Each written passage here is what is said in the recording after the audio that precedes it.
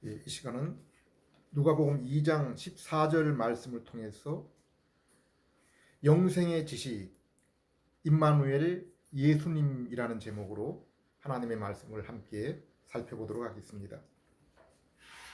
예수님의 이 땅의 나심에 대하여 하늘의 수많은 천군과 천사들이 이렇게 찬송하고 있습니다. 누가복음 2장 14절 지극히 높은 곳에서는 하나님께 영광이요 땅에서는 하나님이 기뻐하신 사람들 중에 평화로다. 예수님이 이 땅에 오심은 하나님의 영광을 풍성하게 드러내는 일이요 하나님이 사랑하시는 그 택하신 백성에게는 진정한 평화와 안식, 기쁨이 이루어지는 바로 그러한 때라고 이해할 수 있습니다. 바울은 그의 서신서에서 여러 차례 영이신 하나님의 영광을 보게 하는 감추어진 비밀, 그 비밀스러운 열쇠가 바로 예수님이심을 말씀했습니다. 골로새 2장 2절 3절 하나님의 비밀인 그리스도를 깨닫게 하려 함이니 그 안에는 지혜와 지식의 모든 보화가 감추어져 있느니라. 에베소 1장 3절에는 하늘에 속한 모든 신령스러운 복이 그리스도를 통해서 우리에게 옴을 말씀하고 있습니다. 찬송하리로다. 하나님 곧 우리 주 예수 그리스도의 아버지께서 그리스도 안에서 하늘에 속한 모든 신령한 복을 우리에게 주시되. 고린도후서 3장 14절에서는 영이신 하나님의 그 영광스러운 얼굴이 죄로 인해 완고해진 인간의 눈에는 가려진 것이나 오직 그리스도를 통해서 그 가려진 것이 벗겨질 것이라고 했습니다. 그러나 그들의 마음이 완고하여 오늘까지도 구약을 읽을 때 그 수건이 벗겨지지 아니하고 있으니 그 수건은 그리스도 안에서 없어질 것이라. 사람이 살아가면서 언제 커다란 감동을 얻으며 기쁨의 눈물, 웃음을 짓게 됩니까? 어떤 사람은 하나님이 지으신 창조 세계를 여행하면서 이러한 감동과 기쁨을 누립니다. 그래서 히말라야를 등정하기도 하고 깊은 시면 그리고 먼 바다 땅끝의 남극과 북극을 탐험하는 그 도전으로 마음에 큰 감동을 얻습니다. 어떤 사람은 취미생활이나 예술, 곧 바둑이나 게임, 운동, 음악, 미술 등에 심취하여 거기에서 감동과 삶의 기쁨을 맛봅니다. 어떤 사람은 반려견 같은 동물과의 그 관계 속에서 이러한 감정을 맛보고 즐거워합니다. 그러나 이러한 물질 또는 동물과의 애정을 통한 감동보다는 인간은 사람과의 친교를 통해서 진정한 감동을 얻습니다. 진정한 교제와 교감은 이렇게 인격과 인격을 통한 만남을 통해서 이루어지기 때문입니다. 그리고 때때로 이러한 인간의 친교와 교감은 시대를 뛰어넘기도 합니다. 이것은 좋은 글, 지나간 세대 그들의 책을 통해서 우리는 시대를 넘은 교제를 통해서 얻기도 합니다. 그러나 인생에 있어서 최고의 감동, 기쁨을 얻는 것은 바로 하나님과의 만남을 통해서입니다. 그래서 시편 기자는 진정으로 복이 있는 사람은, 진정으로 행복한 사람은 하나님의 말씀을 묵상하는 자라고 했습니다. 사도 요한도 요한복음 17장 3절에서 하나님을 아는 것, 곧 하나님과 만남, 사귐이 영생이요 천국이라고 한 것입니다. 물론 여기서 우리가 하나님을 알고 만나는 것은 눈에 보이지 않는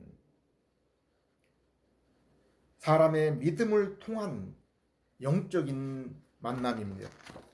사실 인생은 바로 이 만남과 교제를 이루기 전까지는 늘 불안하고 결코 그 어떤 것으로도 만족하지 못한 상태에 있습니다. 그러므로 예수님은 너희가 천하를 얻고도 너희 목숨을 잃으면 무슨 소용이 있느냐고 말씀했습니다. 여기 말하는 목숨은 사망을 의미하기도 하지만은 그것 이전에 하나님과의 관계, 하나님과의 교제의 단절을 의미하는 것입니다. 목숨을 잃는 것이 바로 그것을 의미하는 것입니다. 아담 또한 선악과를 먹으면 정령 죽으리라는 말씀을 들었지만은 선악과를 먹은 후에도 아담은 육신으로 오랜 세월을 살았습니다. 그러나 하나님과의 관계, 교제는 아담이 범죄한 그 순간에 단절이 되었던 것을 우리는 알고 있습니다. 앞서 언급한 것처럼 인생에 있어서 진정한 감동을 주는 그러한 교제와 교감은 인격의 교제를 통해 오는 것임을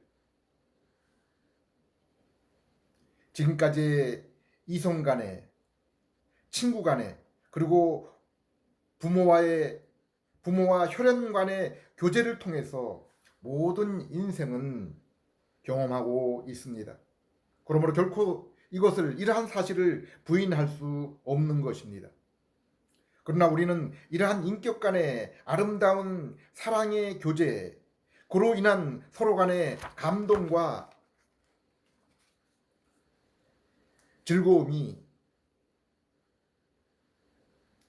때때로 깨어지고 서로 간의 그 사랑의 그 관계가 미움의 관계 또는 무관심으로 변하거나 식어지는 것을 종종 우리 주변에서 보거나 친히 우리가 경험하고 있는 것입니다. 왜 그렇습니까? 왜 그러한 일들이 사랑의 그 감동에서 미움과 무관심으로 변화하게 되는 것입니까? 이것은 인간 모두가 불완전한 인격을 가지고 있기 때문입니다. 어떤 사람이 비록 고상하고 흠모할 만한 인격을 지녔을지라도 그것은 흠이 없는 완전한 것이 아니기 때문에, 그러므로 상대방에게 늘 상처와 실망을 주지 않을 수가 없는 것입니다. 그러나 우리에게 이러한 실망과 상처를 주지 않는 그러한 교제가 있습니다. 바로 하나님과의 교제입니다. 그분은 우리를 만드시고 세상을 창조하신 분이시요, 지금도 만물을 다스리고 주관하시며, 그래서 그분의 뜻이 아니면은 참새 한 마리도 상하거나 죽을 수가 없는 것입니다. 또한 그분은 세상을 심판하시며 영생과 영벌 또한 예비하신 분이십니다. 그런데 우리 피조 인간이 만일 이 하나님과 사귐, 교제를 갖게 된다면은 그 사람의 그 마음에 그 상태와 감동은 어떠하겠습니까? 빌립보서 3장 8절을 보면은 사도 바울은 이 주님을 만난 이후에 곧 주님에 대한 참된 지식을 얻은 이후에는 다른 것은 이제 배설물처럼 여기게 되었다고 그렇게 고백하고 있습니다. 이 주님과의 사귐이 가장 가치 있는 일이기 때문이라고 했습니다. 뿐만 아니라 그분에 대해서 더욱 깊은 지식을 얻고 그로 인해 이러한 그 교제가 더욱 풍성해질 수 있다면은 그분이 당하신 고난과 죽으심까지도 기꺼이 본받겠다고 했습니다. 우리는 우리 자신의 지혜와 상상력만으로는 하나님 그리고 우리 인생 그리고 만물과의 관계를 제대로 알 수 없습니다. 오직 하나님의 영감으로 선지자들의 손을 통해 기록된 성경을 통해서 이것에 대한 제대로 된 지식을 얻을 수 있습니다. 그렇다면 하나님은 왜 인간과 세상을 창조하셨습니까? 그리고 인간을 하나님과 같은 인격의 모습으로 창조하셨습니까? 출애굽기 3장 14절 이후를 보면은 우리 하나님은 스스로 계신 분이시요 또한 언약의 관계를 통해서 사람과 만나시는 그러한 하나님이시라고 했습니다. 여기 스스로 계신 분이라는 의미는 여러 의미가 포함이 되어 있지만은 그 가운데는 자족성이 있습니다. 이것은 하나님 스스로 다른 아무런 피조물이 없이 만족하시는 분이시라는 것입니다. 요한복음 17장을 보면은 성자 예수님의 대제사장적 기도가 나옵니다. 거기서 이 땅에 십자가의 그 고난을 앞둔 예수님의 인간적 고난과 두려움 가운데 성부를 향한 간절한 기도가 나옵니다. 그것은 자신에게 창세 전에 가졌던 아버지와의 영광스러운 교제를 회복시켜달라는 간구입니다. 17장 5절 아버지여 창세전에 내가 아버지와 함께 가졌던 영화로서 지금도 아버지와 함께 나를 영화롭게 하옵소서.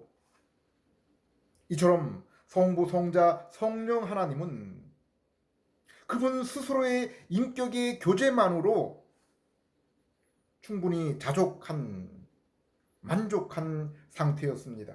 그러므로 만물을 창조하신 후에 인간을 자신과 인격의 교제를 위해서 자신의 형상으로 우리 인생을 창조하신 것은 순전히 인간을 위해 베푸신 하나님의 은혜인 것입니다.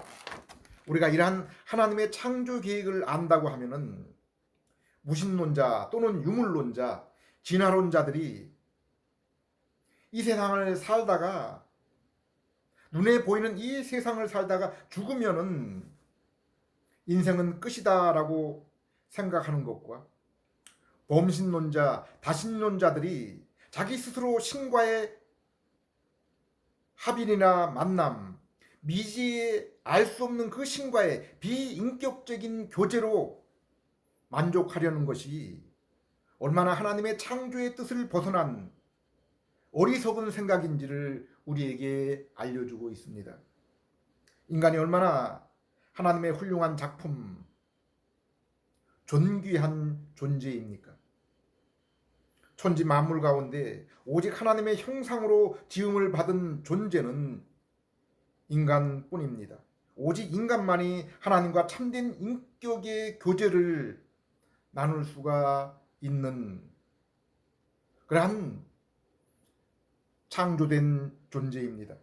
그리고 이 인격의 교제를 풍성히 하기 위해서 바로 하나님과 인간의 만남 그리고 그 만남을 통한 인격의 교제를 풍성하게 하기 위해서 하나님은 만물 또한 창조하신 것입니다.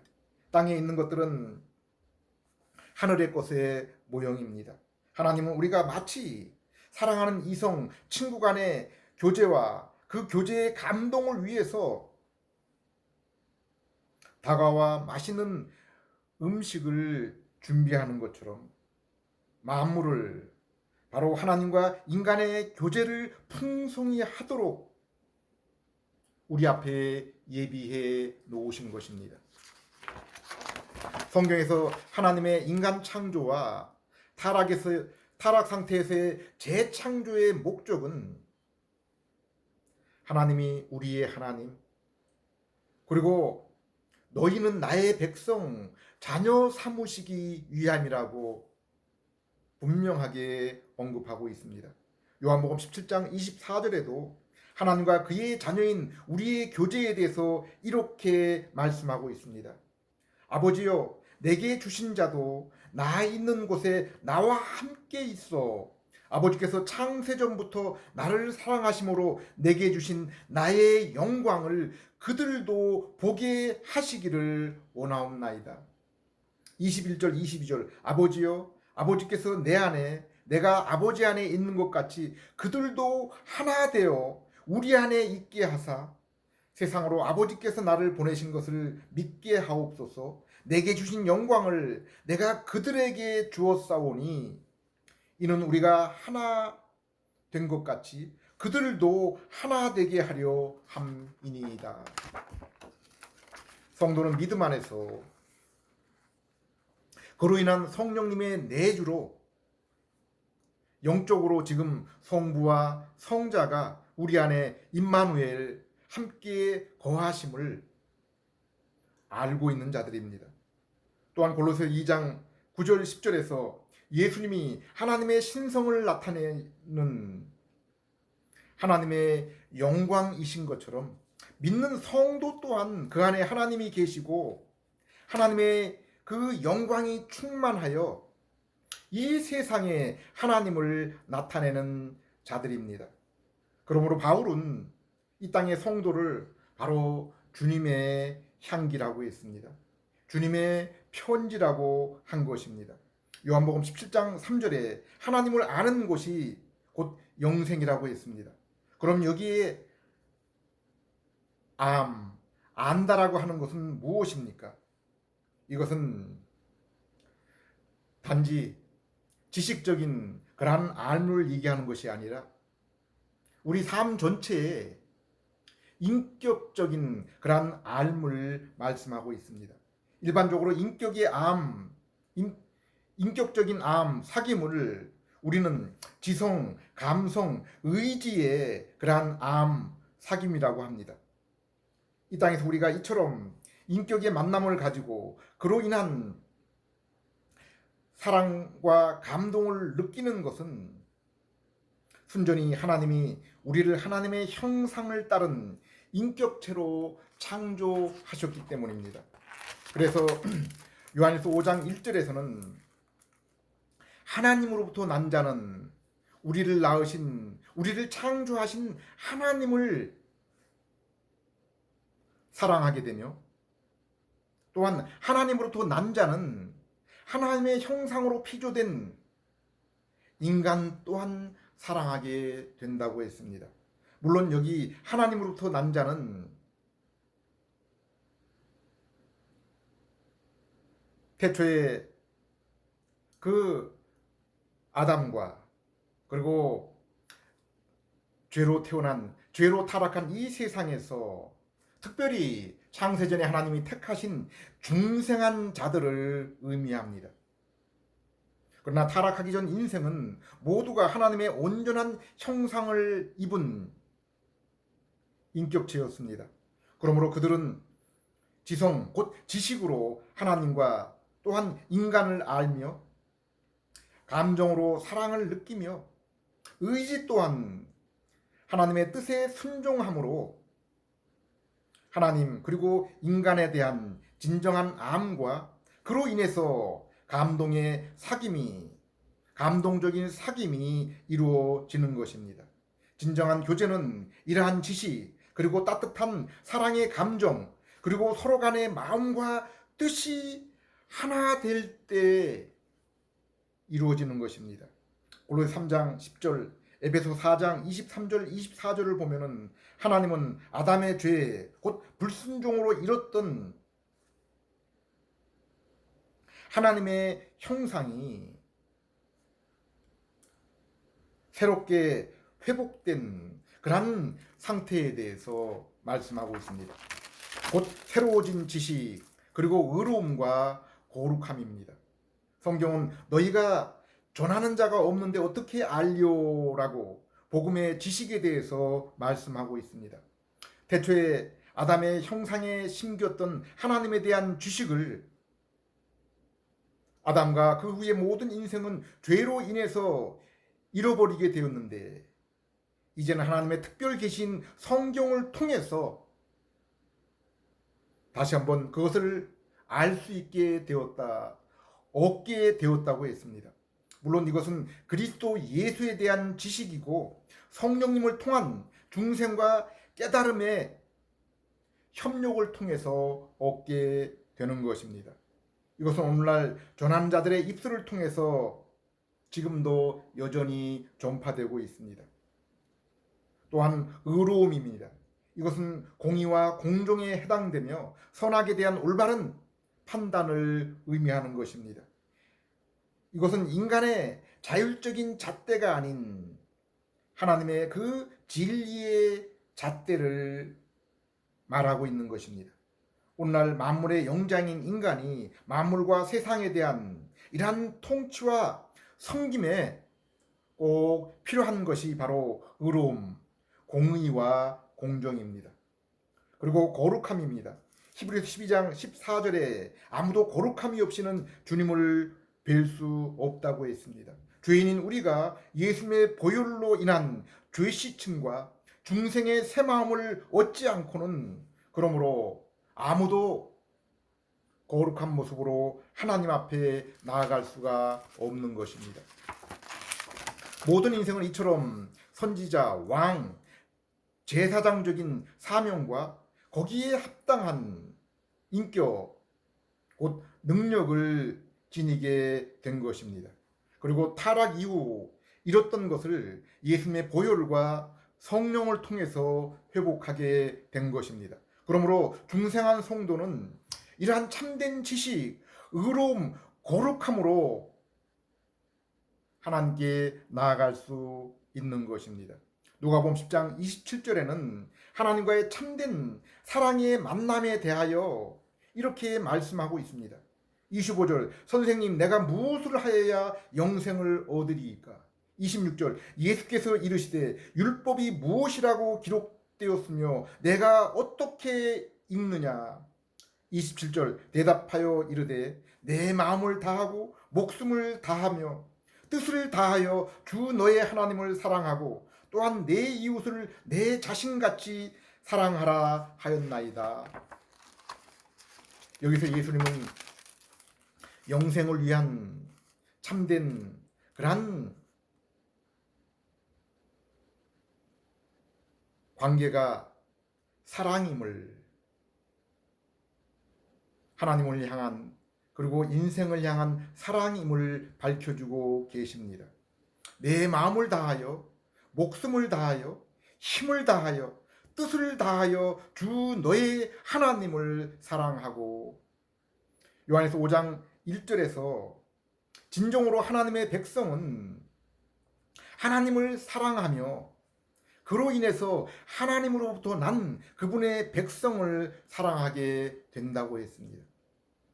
그러면 우리가 영생을 얻은 자, 곧 중생한 자로서 하나님을 사랑한다는 것은 바로 어떤 상태입니까? 먼저 마음을 다하여 하나님을 사랑하는 것이라고 했습니다. 여기 마음은 무엇보다도 상대방을 향한 감정, 애정으로서의 사랑입니다. 그러나 이것만으로 충분한 것이 아닙니다. 여기 사람의 그 마음의 감정은 언제든지 변할 수 있기 때문입니다. 오늘날 얼마나 많은 남녀, 친구 간의 사랑의 감정이 변하여서 도리어 미움과 원수의 감정으로 바뀌게 됩니까? 그러므로 이 마음의 사랑에 더하여 목숨을 다한 그러한 사랑이 더해져야 됩니다. 여기 목숨은 영어 성경에는 soul, 곧 영혼으로 번역이 되어 있습니다. 에베소 2장 1절에는 아담 이후의 모든 인간은 허물과 죄로 죽어 있는 상태라고 했습니다. 죽은 상태라고 했습니다. 이것은 하나님을 향한 마음 깊은 곳에 영혼은 이미 죽어 있다는 것입니다. 그러므로 하나님은 그의 택하신 백성의 영혼을 새롭게 창조하셨습니다. 그리고 성경은 이것을 속사람이라고 부르고 있고, 이러한 속사람은 바로 성령님의 인도와 영향을 받게 되는 것입니다. 그러므로 죄로 죽은 상태의 겉사람은 늘 하나님 대신에 세상과 죄의 정욕을 향하고 그것들을 사랑합니다. 그리고 그들 가운데 그러한 상태 가운데서 그들이 혹 진리와 의를 사랑하는 그러한 경우에도 이러한 것들은 사람의 눈이나 체면 또는 가정과 사회의 질서를 유지하기 위해서 마지 못해서 억지로 하는 그러한 일들입니다. 그러나 심령 곧 영혼이 새롭게 된 사람들은 이처럼 목숨을 다해서 마음의 가장 깊은 곳에서 우러나오는 그러한 사랑을 하는 것입니다. 또한 세 번째로 그들은 자신의 모든 힘을 다해서 하나님을 사랑합니다. 예수는 나를 따라오는 자는 부모나 형제나 처자나 전토까지 버리고 그리고 자기 자신을 부인하고 자기의 십자가를 지고 나를 따라야 한다고 했는데, 영생이 예비된 참된 성도는 그러므로 이 땅의 모든 환경과 조건을 두려워하지 않고 그것에 미련을 두지 않고 모든 힘을 다해서 주님을 사랑하는 것입니다. 마지막으로 뜻을 다하여 하나님을 사랑합니다. 여기에 뜻은 자기 자신의 뜻이 아니라 바로 하나님의 뜻입니다. 그러므로 우리는 하나님의 뜻에 맞추어서 하나님을 사랑하는 것입니다.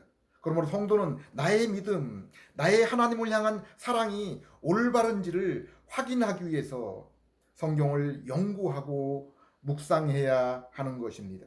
요한복음 4장 24절에는 이러한 하나님을 향한 사랑을 진정한 예배라고 했습니다. 또한 이러한 예배를 위해서는 신령과 진정으로 드림이 있어야 한다고 했습니다.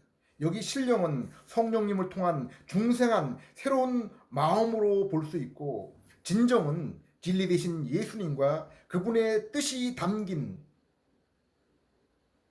말씀이라 할 수 있습니다. 이처럼 우리는 하나님이 우리에게 주신 인격적인 형상을 통해서 하나님과의 진정한 만남, 교제를 이룰 수 있습니다. 그리고 이러한 만남, 교제, 예배를 성경은 영생이라, 천국이라 부르고 있는 것입니다. 오늘 성탄절을 맞아서 예수님의 이 땅에 오심을 우리가 왜 그토록 기뻐하며 감사와 찬송을 드려야 합니까?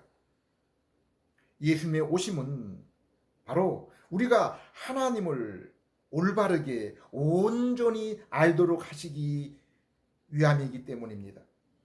하나님을 아는 것이 하나님이 인생을 창조하신 목적이기 때문입니다. 그런데 인생이 죄로 인해서 이렇게 하나님을 알 수 있는 형상, 그 교제의 길을 잃어버렸습니다. 로마서 1장 20절을 보면은 하나님은 그분의 작품인 우주 만물을 통해서 그분의 신성과 능력을 분명히 보이시고 알리셨다고 했습니다. 그러나 죄성을 지닌 인생은 그것만으로는 이제 하나님을 알기에 충분하지 않습니다.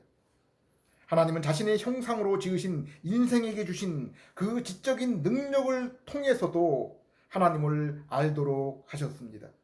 우리는 세상의 수많은 철학자, 성인들의 수고를 통해 하나님에 대한 많은 지식을 얻을 수 있습니다. 특별히 중생한 성도들의 모습이나 그들이 기록한 하나님에 관한 지식을 통해서 하나님에 대한 풍성한 지식을 얻는 데 도움을 얻을 수 있습니다. 그러나 로마서 1장, 히브리서 1장의 말씀처럼 선지자들이 부분적으로 나타내셨던 하나님의 모습은 오직 예수 그리스도를 통해서 예수 그리스도 안에서 분명하게 나타나게 되었다고 했습니다. 오직 성경에 나타난 말씀 그리고 사도들의 감동의 기록을 통해서 우리가 예수 그리스도를 보면서 하나님의 온전한 모습을 발견할 수 있는 것입니다. 그리고 성경이 성령님의 감동으로 예수 그리스도의 모습, 곧 하나님의 비밀을, 하나님의 영광을 드러낸 것처럼 죄인인 인생 또한 성령님께서 우리 속에서 영혼의 어두움을 제거해 주지 않으시면은 비록 하나님의 그 영광의 빛이 예수 그리스도를 통해서 우리에게 비춰진다 하더라도 우리는 우리 안에 있는 그 심령의 어둠으로 인해서 볼 수 없고 올바른 지식을 얻을 수가 없는 것입니다. 또한 중생으로 우리 얼굴에서 가렸던 비늘과 그러한 그 커튼이 제거되었어도 우리 안에 죄성의 겉사람이 여전히 남아있어서 우리는 청동 거울로 보는 것처럼 희미하게 주님의 모습을 지금 볼 수 있을 뿐입니다. 그러므로 우리는 말씀과 성령님의 인도하심을 따라 날마다 죄를 죽이고 거룩한 의의 모습으로 날마다 한 걸음 한 걸음 예수님의 형상을 닮아 나가게 될 때 점점 더 풍성한 하나님과의 사랑의 교제를 나누며 그로 인해 우리에게 감동과 기쁨 또한 우리 안에서 풍성하게 자라나는 것입니다. 미가서 5장 2절 베들레헴 에브라다야 너는 유다 족속 중에 작을지라도 이스라엘을 다스릴 자가 내게서 나올 것이라. 그는 그의 근본은 상고의 영혼에 있느니라. 하나님의 형상 신성의 모든 충만이시며 하나님 자신이신 예수님은 그 근본이 영원 그리고 시간 전이라고 했습니다. 그리고 그분의 오심은 아담의 원죄와 인간의 타락 이전에 이미 계획이 된 것이라고 했습니다. 그리고 이러한 인간의 창조와 부르심의 목적은 하나님이 우리의 하나님, 우리의 아버지가 되시며 우리는 그분의 백성, 자녀를 삼기 위함이라고 했습니다. 인생의 최고의 감동, 최고의 고상함은 인생으로서 최고 가치 있게 되는 것은 바울의 고백처럼 예수님을 아는 것입니다. 이는 우리의 최고의 감동과 기쁨일 뿐 아니라 또한 우리의 교제의 대상, 우리의 교제의 그 상대방이 되시는 하나님 또한 우리와의 만남과 교제를 기쁘게 맞이하신다고 했습니다. 스바냐서 3장 17절 너의 하나님 여호와가 너의 가운데에 계시니 그는 구원을 베푸실 전능자시라. 그가 너로 말미암아 기쁨을 이기지 못하시며 너를 잠잠히 사랑하시며 너로 말미암아 즐거이 부르며 기뻐하시리라 하니라. 기도드리겠습니다. 하나님 아버지, 오늘 성탄을 맞아 아들 예수 그리스도를 통해서 이 세상을 죄로 인한 슬픔과 사망의 장막을 걷어내시고 무지의 흑암 또한 걷어내시고 하나님의 영광을 밝히 보이심을 감사드립니다. 이 시간도 이 복된 소식을 듣는 자마다 하나님께서 성탄의 독생자를 통해 자신에게 나오는 자를 맞이하시는 그 하나님이 기쁨을 이기지 못하심을 알게 해주시고 즐거움과 감동으로 주님 앞에 나아갈 수 있는 그러한 저희들, 진리의 지식과 인격으로 우리 주님과의 만남을 이루는 저희들 될 수 있게 해 주시옵소서. 예수님 이름으로 기도드립니다.